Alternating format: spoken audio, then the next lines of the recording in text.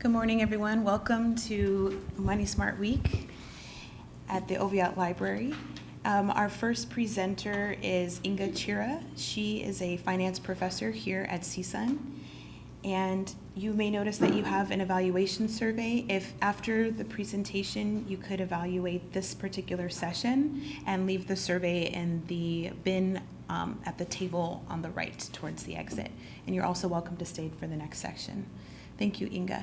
Well, welcome everybody. I appreciate you showing up at 9 o'clock in the morning. I know it's going to get better as the day progresses. But let's see, how many of you are students? 1, 2, 3, 4, okay. Why don't we go around and you tell me what you're majoring in, and then you tell me why you're here right now. Okay, and it's okay to say I'm getting extra credit, somebody's giving it to me. So let's start from here. My name is Rosalina Rosales, and I'm currently majoring in psychology, minoring in philosophy. And the reason why I decided to come today is just basically to learn a little bit more about money management and just to learn more about goal setting as far as my finances. All right, how about you? My name is Banderas. I'm just here to What are you majoring in? sociology. Sociology, okay. Well, we can go for everybody. My name is Javier Gutierrez. I'm the chair of the Department of International Studies, and I'm here actually for a couple of reasons. One is that one of the roles that we fill is a student advisor, and I think many times we go beyond just academics, and financial literacy is something that I think is something new to a lot of folks, really. And I have personal questions myself. Okay. And before you leave, you gotta talk to Shane afterwards because she teaches our 102 class, which is the general class for the whole university. So if you're gonna learn something about finances, this is the class to go to. Okay? Hi, my name is Susan Ariola. I'm FCS Education major, Family Consumer Sciences. And I'm here just to learn more, and I'm here also because I'm with Peer Financial Mentoring. That's part of the FCS department, a program that started this semester. So, yeah, this is helpful for me as a peer financial mentor. Yeah. Excellent. Hi, my name is Misha. I'm kinesiology major. And I came here just to have an idea with financial goals. Okay, that's good. This side? Skip the back. Okay. I'm Angelino, public relations major, sociology minor. I'm kind of just here to start with the past interest in finances, credit, and all that. You'll be here the whole day. What was that? You'll be here the whole day? Hopefully. Okay, that's good. Anybody else wants to introduce themselves? No? Okay. Well, I'm glad you're here because if you stay the whole day, it's a really logical progression. So you learn, start from the goals, and you move on to all the other topics. The longer you can stay today, the better it's going to be. Before I actually start talking about anything, I'm really glad you're all here because none of my students are like you. All the students I see in my class, I only teach one undergrad class, and there's the financial planning capstone course. So all these people in my class know they want to be financial planners by the time they got there, and they really, really know a lot about this. So I don't really get interaction with students who are not from that kind of major. And if you have any questions afterwards, come back from 4 to 6. There will be a whole panel here to answer all kinds of personal questions. It'll be like an expert panel. So before we go into that, I'm going to give you some cards, and we'll do a little exercise for 5 minutes. 2 sides. I want you to think of 2 goals. One financial and one non-financial. And non-financial can be relationships with people, anything you want to accomplish in life, like, I don't know, get a PhD, whatever you think about. So one here, anything you want. I'll be reading some of them afterwards, so if you're concerned about that, you can phrase them any way you want, okay? So just a few minutes. Does anybody want to share their goal before I pull one? Your financial goal. Who has a financial goal they'd like to share? Go for it. Saving for graduate school. I want to save for graduate school. Anybody else has this? Okay, anything else? I'll go through those afterwards. Yep. I would like to buy a house. Okay. Anybody else? Well, let's read some of them then. I want to manage my money in order to save for graduate school. Okay. I would like to learn how to manage money, expenses, and how to save. Okay. Long retirement. Okay. I would like to save $2,000 by the end of the year. Okay, I'm going to save this one because it's a really good goal. I would like to buy a house in 5 years and save enough for down payment. Okay. Like to buy a house, that's a popular one. Buy a new house, pay off student loans. I want to be debt-free. Perfect, and have an amazing credit score. Okay, so a lot of these goals are good. And I'm not going to read your personal goals, but I wanted you to think about this. But these goals need to be more specific. Like the one I pulled out with I want to save $2,000 by the end of the year is very, very good.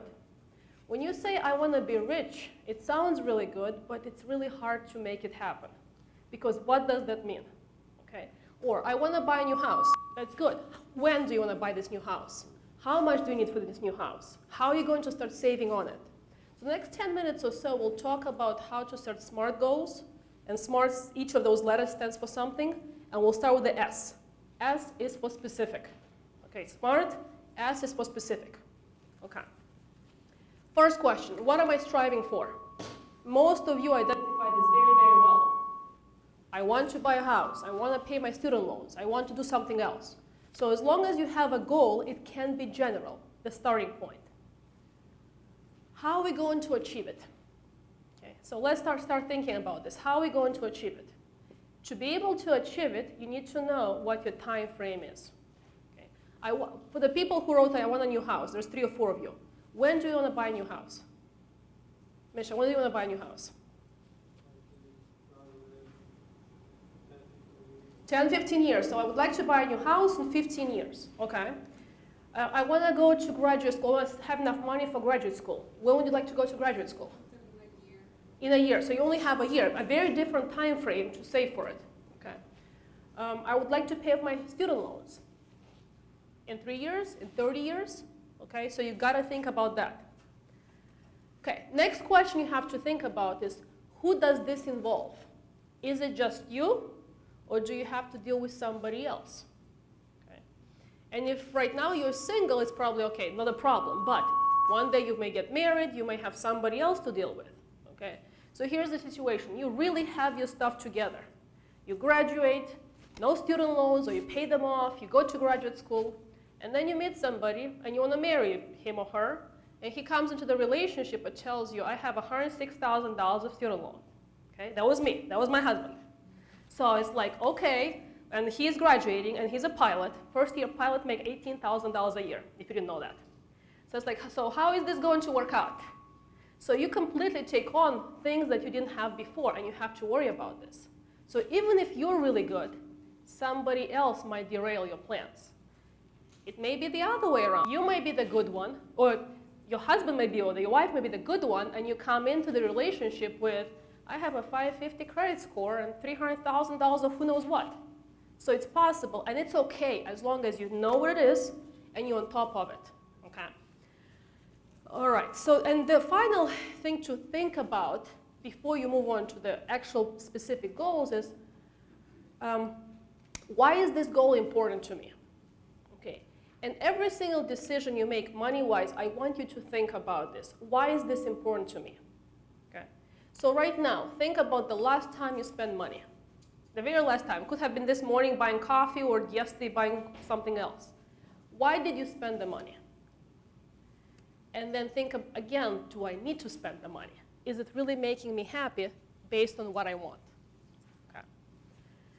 And we'll come back to this a lot later, because a lot of the people I see and I work with, their biggest issue is spending.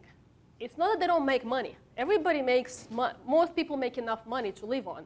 But the spending is completely out of control.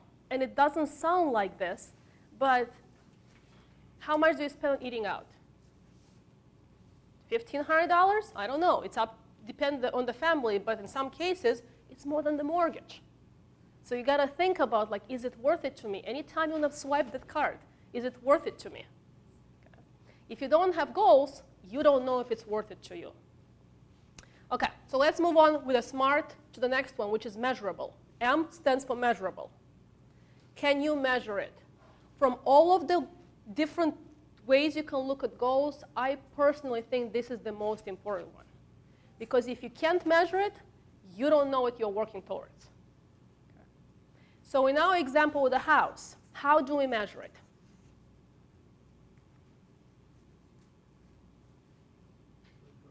By price or down payment or whatever you need. We got as far as to say we are going to buy a house in 10 years. 10 years is far away. Let's say 5 years. Okay? We got 5 years. What does that mean? How expensive of a house do you want? Did any of you thought about this for the people who want to buy the house? Give me a number. What do you think? $500,000. I want to buy a house that's $500,000.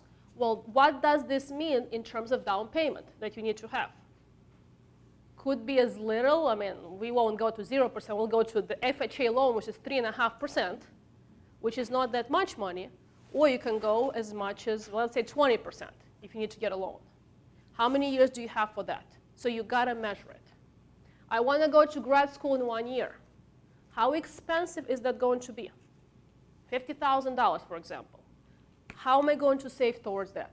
So make it measurable. Otherwise, you won't be saving because there is this far away goal to achieve. Okay? That was the M. The A stands for attainable. What do we mean by attainable? Take the house example and make it unattainable for me. I would like, okay, so this will vary between people, but in your case, I would like to buy a house that's $2 million because you know you probably cannot afford the $2 million house, okay? For somebody else, it may be $12 million. It really depends, okay? But if you have a goal that's so far out there, the chance of you actually saving for it is pretty small. Like, I want to have a plane and a yacht. It's not going to happen, so I'm not going to be saving for that. If you say I want to buy a house that's $500,000, it becomes realistic because you can actually feel it, touch it, think about it, smell it. Okay? It gotta be attainable. I want to go to Harvard. Okay, how much is that going to cost me? An MBA from Harvard is $250,000. Am I going to go to Harvard? No, because I don't have the $250,000 a year down the road. Am I going to go to CSUN? Probably, because I can afford it, most likely. So A is for attainable. R is very similar to it. So with the SMART and the R, it's for realistic. You have to understand, though, that realistic does not mean easy. Okay? We don't say I'm going to buy whatever, it cost me $25. I want to achieve the goal. I want to be working towards it. I want to make sure it's attainable, but it's also going to happen. Sometimes the goals are so overwhelming, they're so big, people give up. So break the big goal into smaller goals. Okay. If you say, I need to save $100,000 for down payment in 5 years to buy the house, it sounds like so much money. So what do? Break it down. Okay, you start with $100,000 in 5 years means what? $20,000 per year. How much per month? Less than $2,000. We can do that.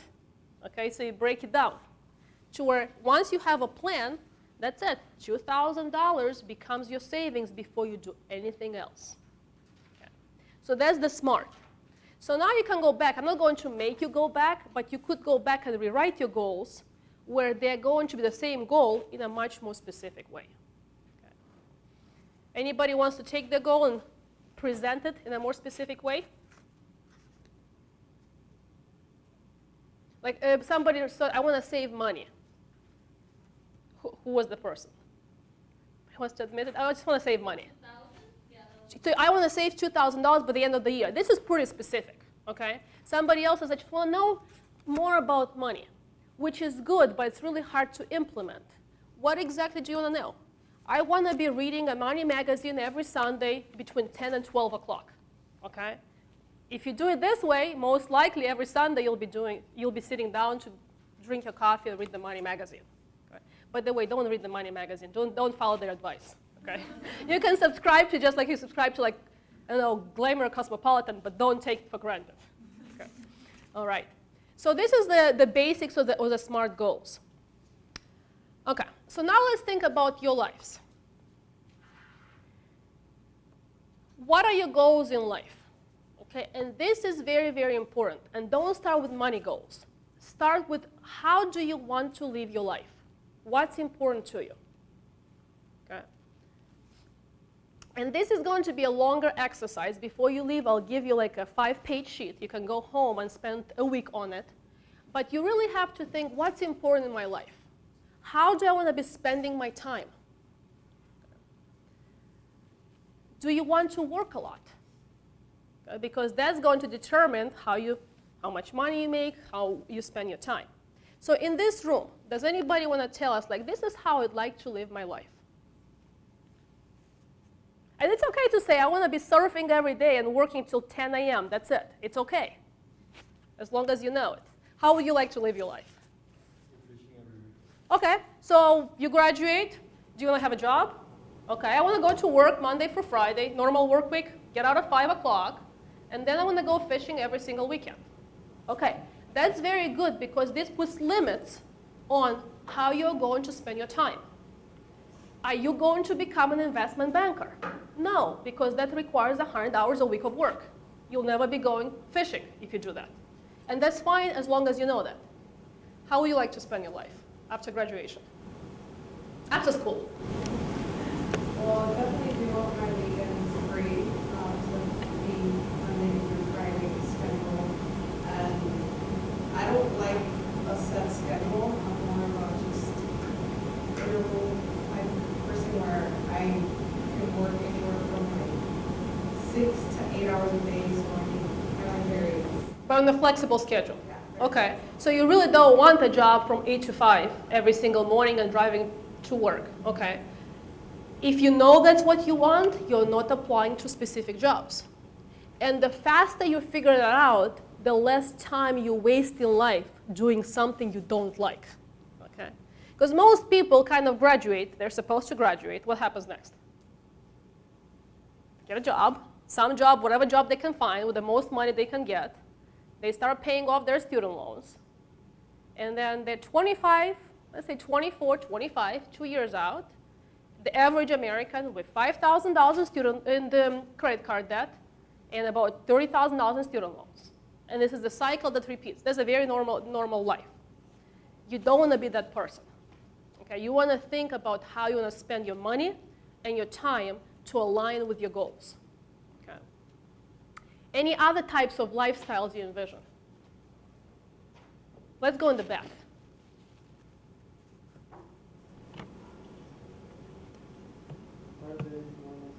5-day normal schedule? Nobody wants to overwork here? No? So most of my students want to be investment bankers, and they don't realize what that means in their lives, because that means you have no life for about 5 years. It depends on your profession, depends what you want to do. Some people want to travel. Okay, they want to take a year off, and they want to go travel.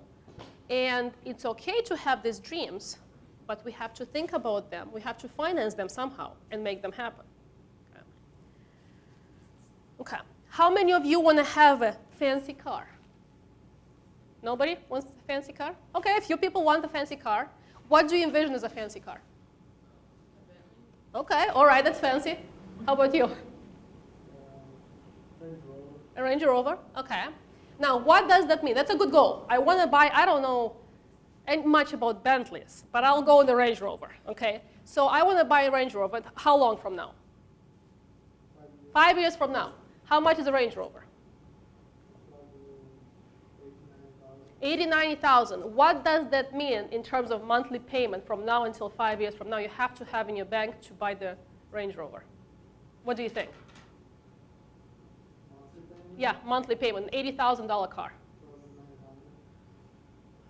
Probably more than that. Yeah, like a $45,000 car would be about $750 per month. So you double that, it becomes $1,500 a month. Okay, and this is like a 2% interest. So is it worth to have a $1,500 savings towards this car? Okay, it might be worth it to you. That's why you can't let anybody else tell you what to do. You know better. If this car is really important to you, saving $1,500 sounds like what you should be doing. Some other person may be looking at it saying, this is the worst idea I ever heard. I would never do that. Somebody yesterday told me they want to buy a boat. One of my clients told me, I'm going to buy a boat in July. It doesn't matter how bad of an idea I think this personally is. They want the boat. They've been saving money for this boat for years. They'll buy a boat, and that's okay. So your goals are your personal goals, and nobody, not your mom, not anybody else, would tell you that they are bad goals. Maybe your spouse, because they're participating in this whole thing. Okay. What other goals do we have? Big goals. Yeah. Do you own a house? Build your own house. Okay. Again, you start from the end. When do you want to do it? X number of years down the road, and you go backwards and see how expensive it's going to be, and you start saving towards that. Not all the goals have to be financed beforehand, like the house. You don't have to have all the savings before you start building the house.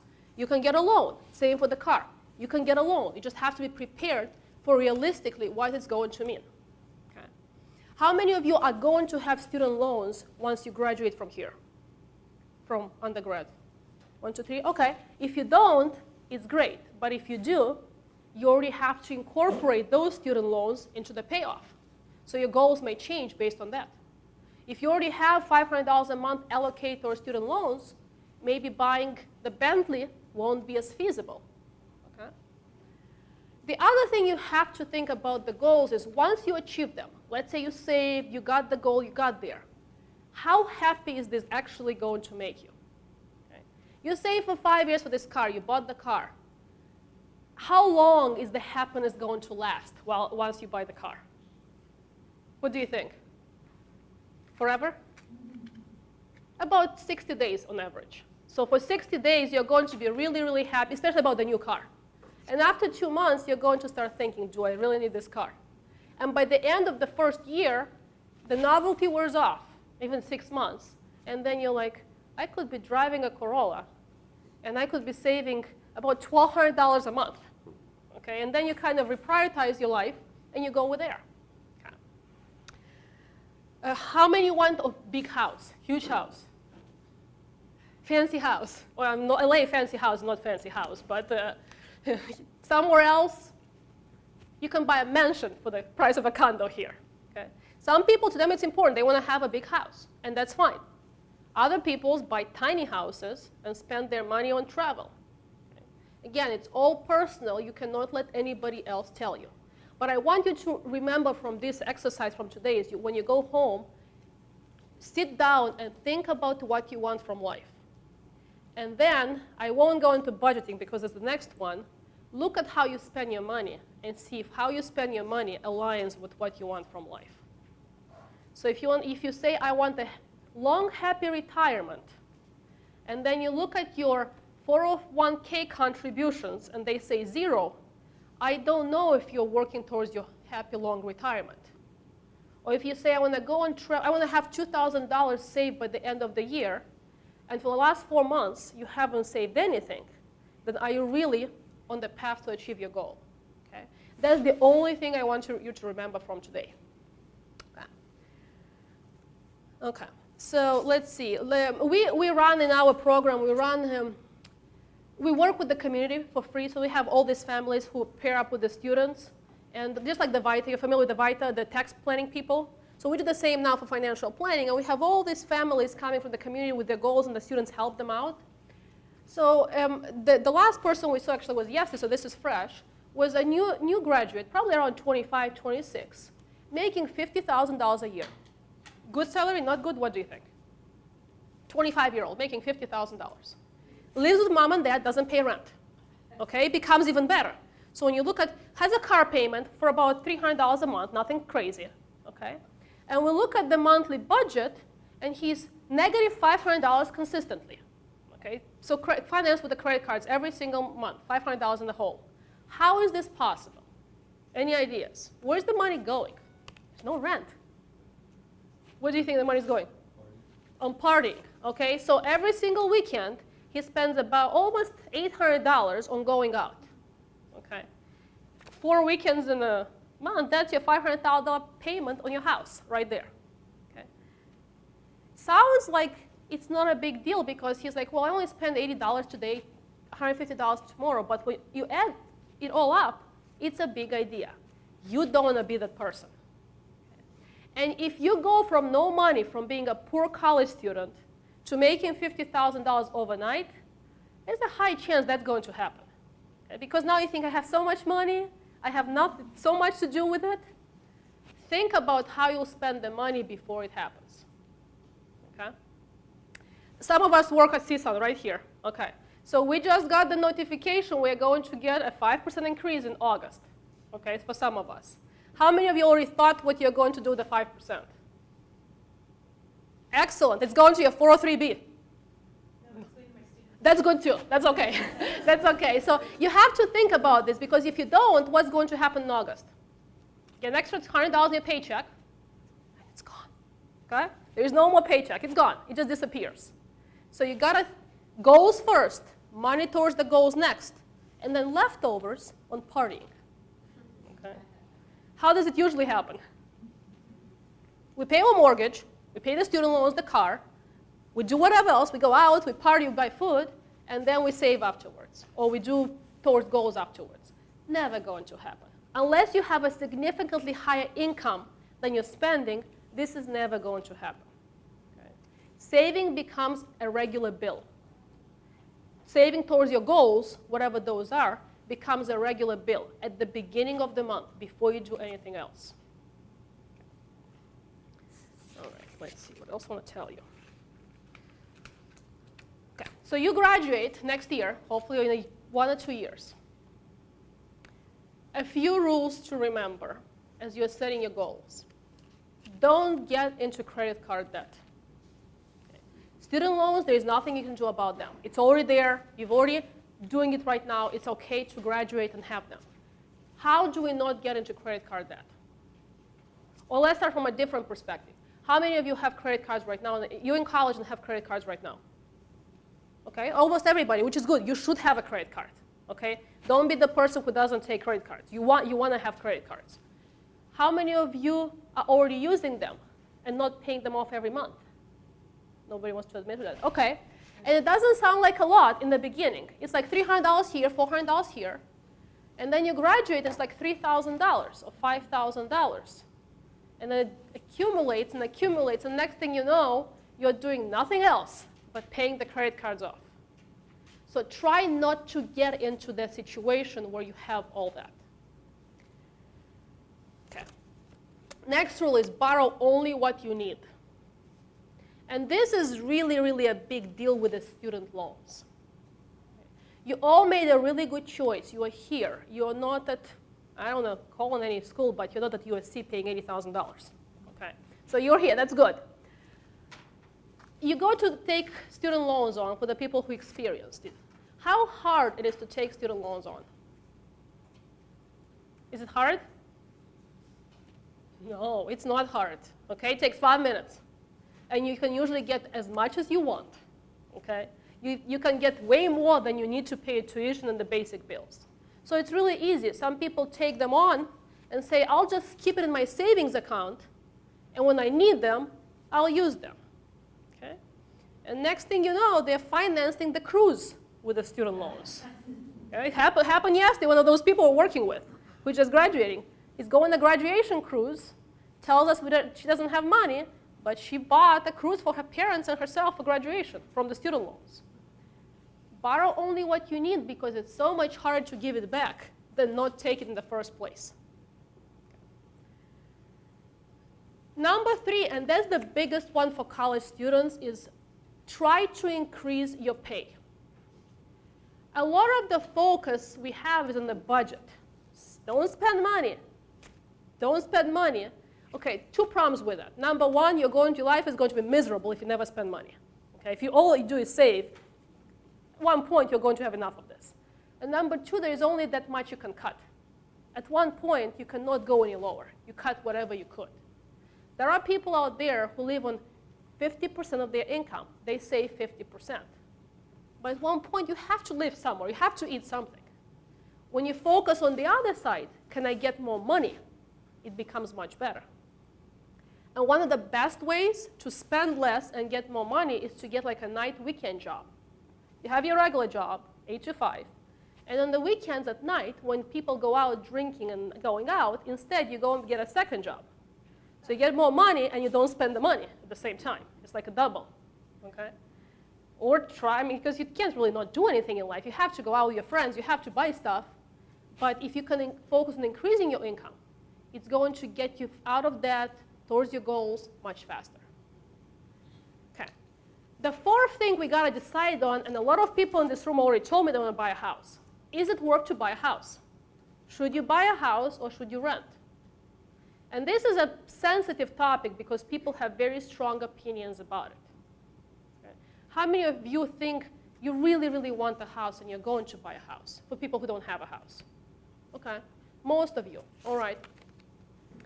Is a house a great investment? It's not. It's really not a great investment. I mean, you could get lucky. You could buy a house in LA 3 years ago and get all kinds of money right now. But on average, over 100 years, the house is going to give you about 5% return. Okay? And this is without considering big repairs and things like that. The appreciation, if you had a house in an average town, not in San Francisco, an average town, about 5% return. I can find better ways to make 5% with less headache than owning a house. Okay? I have 4 houses. You don't want the house. Okay? Especially in areas like LA, which gets very tricky because in other parts of the country, owning a house makes complete sense because your rent is pretty much the same as your mortgage, so even cheaper. Your mortgage is cheaper than your rent. There are situations like that. In LA, it's a little trickier. If you're going to be here, you really have to think about, does it make any sense?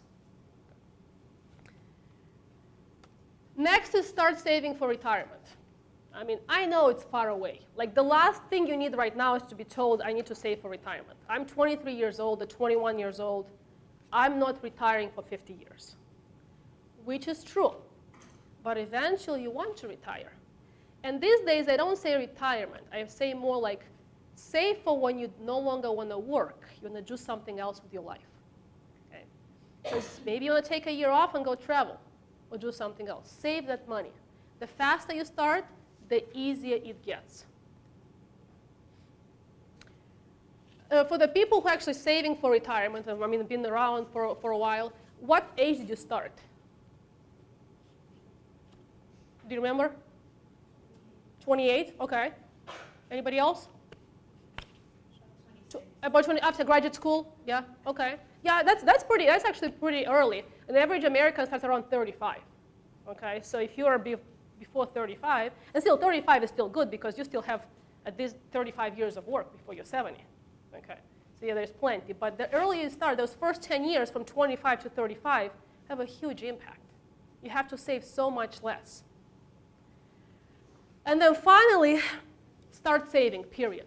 Okay, start saving for whatever goals you have. Saving should not be the afterthought, it should be what you're doing right now, every month, consistently. And I don't care if it's $25 a month. Whatever your number is, when your paycheck comes twice a month or once a month, that gets transferred immediately, just like a regular bill. If you get into this habit from right now, 10 years down the road, your life will be so much easier. The last thing I would like to talk about, also goal-related, and then we'll open to questions, is what's going to happen after graduation for the people who are in college. How many of you are convinced they're going to stay in LA? They want to stay in LA. Okay. Want to stay in LA? Are you from LA? Kind of? Okay. So there is nothing, no, there's a lot of wrong of staying in LA. But if you really want to do this because your family is here and your ties are here, it's one thing. But you can think about your life being way better somewhere else. Okay? I mean, Eminem just said this morning he's moving from LA to West Palm Beach, Florida. Okay? Why is he moving? Why is somebody who makes millions of dollars moving from LA to West Palm Beach, Florida? Because he doesn't have to pay state tax. He's going to save 13% just by moving there. Okay? The salary you get in LA is not high enough to justify you staying in LA. You'll get a little bit more money by being here, but it's nowhere close to what your living adjustment is going to be by living somewhere else. So if you really never consider going and getting a job somewhere else, think about this. Let's say you get $40,000 when you graduate, normal start salary. What kind of lifestyle will you have in LA for $40,000? A pretty tight one. I mean, if you want to pay rent and live on your own, it's hard. Okay, probably not even happening. Got to have 3 roommates. If you move to Dallas, Texas, you can live very, very comfortably on the $40,000, okay, and save a lot of money. So if you don't have ties and you're open and you have a pretty flexible job like sociology, psychology, where you can get jobs anywhere, education, think about moving to Florida, Texas, Alaska. Okay, those are the 3. There's a few others, but I don't know how many of you want to go to North Dakota. Okay, so those are the 3 states where money goes, where there is no state tax, where money goes pretty far, especially Texas and Florida. Okay, because your life could be better. I mean, for every dollar you make in Florida, you have to make $2 in LA. Okay, so is anybody going to pay twice as much to be a teacher here? So you can move there, you can save money, pay your student loans, go on vacation, and be better off than just paying your rent here. Okay? So remember that as you're looking for jobs. There's one really good book I want to recommend to you. It just came out a few weeks ago, and there's a lot of good books out there. But this book was written by, she's pretty young, she's a financial planner in San Diego, and it's called Work Your Wealth, 9 Steps to Making Smarter Choices with Your Money. So Work Your Wealth, 9 Steps to Making Smarter Choices with Your Money. Her name is Mary Beth. I can't say her last name. It's really long. You can buy it on Kindle for $4.99. And it's very well written for college students who are about to graduate. Every chapter, there's 9 chapters, takes one of these topics and goes into a lot of details. Very, very good. I'm just going to say, I'm the collection developer for business. I'll buy the book, so you don't have to buy it. You can borrow it from the library. Even better. See? So Teresa is going to buy the book for you. So come here, borrow it. It's really easy read, like 5 hours, you're done. But it's very, very good. Okay? And now we have a few minutes, so I'm going to open it for questions. What kind of questions we have? Life goals, what to do after graduation.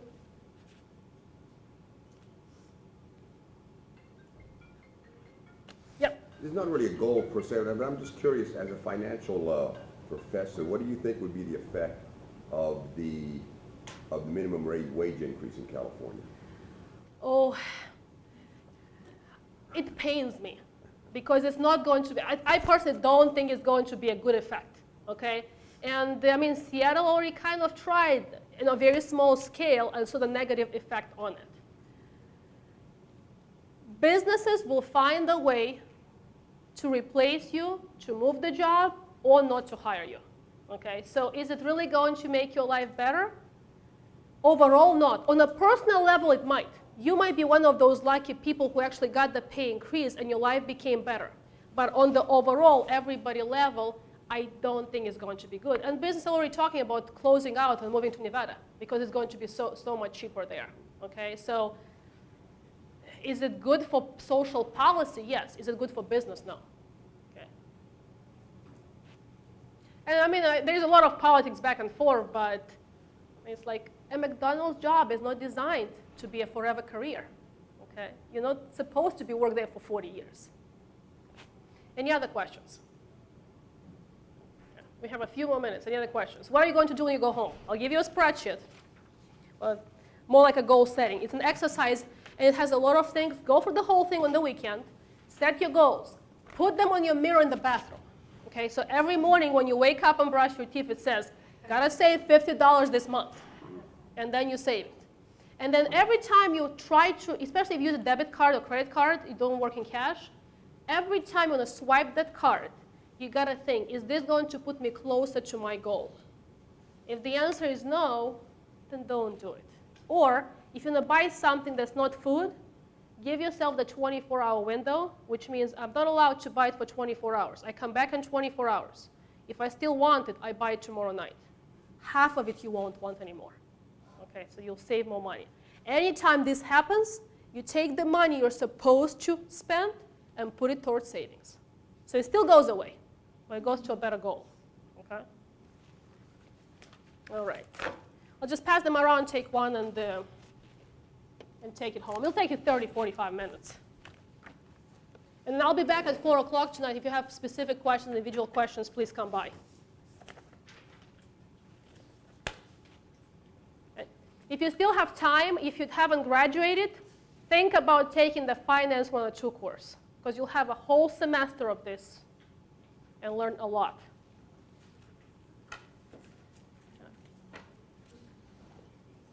I really appreciate you coming by.